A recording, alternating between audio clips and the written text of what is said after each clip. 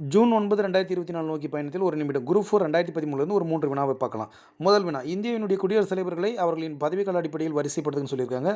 இதில் இருக்கக்கூடிய வரிசை சரியான வரிசை தான். ஆர் வெங்கட்ராமன் 87லேருந்து 92 வரையும், டாக்டர் சங்கர் தயாள் சர்மா 1992லேருந்து 97 வரையும், கேஆர் நாராயணன் 97லேருந்து 2002 வரையும், ஏபிஜே அப்துல் கலாம் ஐயா 2002லேருந்து 2007 வரையும் பதவியில் இருந்தாங்க. So answer A.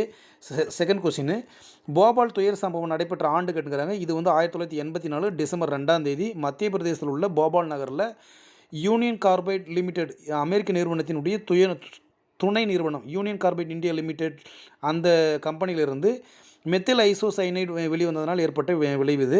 Next question, அக்னி சிறகுகளுடைய ஆசிரியர் கேட்டிருக்காங்க ஏபிஜே அப்துல் கலாம். இதில் நேரு கிளைம்ஸ் ஆஃப் வேர்ல்டும் டிஸ்கவரி ஆஃப் இந்தியாவும் எழுதியிருக்காரு. அதே போல் மகாத்மா காந்தி ஆட்டோ சத்திய சோதனை என்ற நூல் எழுதியிருக்கிறாரு. தேங்க்யூ.